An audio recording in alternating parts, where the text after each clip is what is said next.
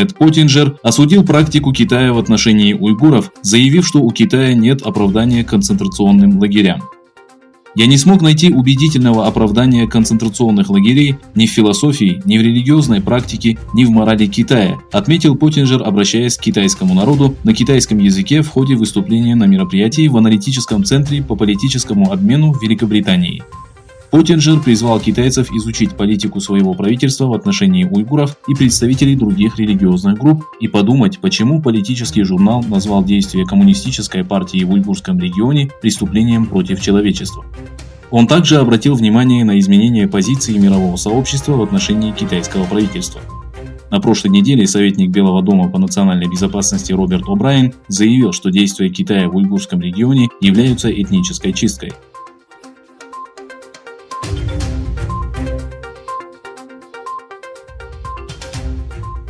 Большинство американских конгрессменов призвали правительство США предпринять эффективные меры по защите уйгуров, преследуемых правительством Китая. Нарушение прав человека в Восточном Туркестане привлекло внимание большинства стран.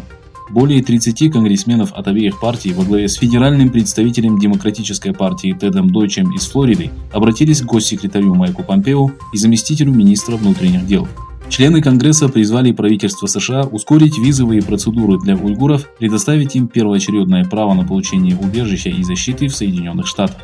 В свете продолжающегося преследования уйгуров в Китае мы рекомендуем вам рассмотреть возможность ускорения обработки заявлений на получение семейных, студенческих и рабочих виз.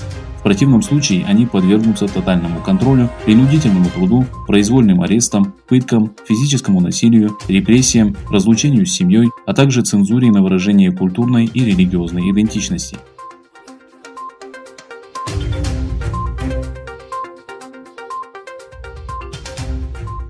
Министр иностранных дел США Майк Помпео и верховный представитель Европейского союза по внешним связям и политике безопасности Джозеп Боррелл сделали первый шаг в процессе диалога, который предусматривает более тщательное рассмотрение вопросов, связанных с Китаем, и разработку общей стратегии. В письменном заявлении Госдепартамента США и Службы внешних связей Евросоюза было указано, что Помпео и Боррелл обсудили данный вопрос в ходе телефонных переговоров. Было отмечено, что на основе сотрудничества США и Евросоюза будет проводиться всесторонний мониторинг прав человека в Китае, вопросов безопасности и плюрализм, означающий принятие различных точек зрения на проблемы страны и общества.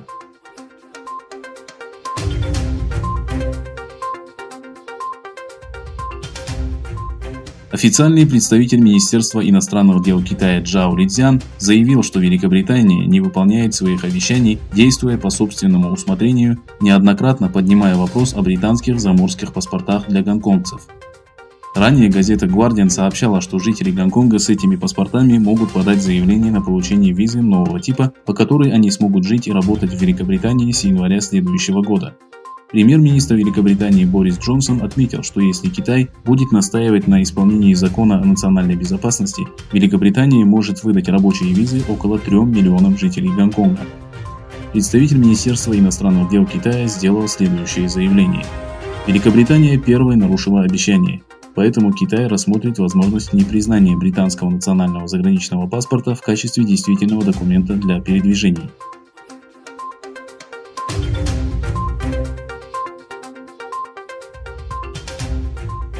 В ходе выступления по случаю 70-летия Корейской войны, в которой Пекин одержал победу, Си Цзиньпин заверил, что Китай никогда не будет добиваться гегемонии, но если кто-то будет препятствовать его развитию, он с готовностью даст отпор, пишет Global Times. Как полагают аналитики, речь Си стала четким сигналом для США в преддверии выборов, призывающим не повторять ошибок прошлого. В своей речи Си Цзиньпин процитировал Мао Цзэдуна, который утверждал, что с китайским народом шутки плохи, и если уже он разозлится, остановить его очень трудно.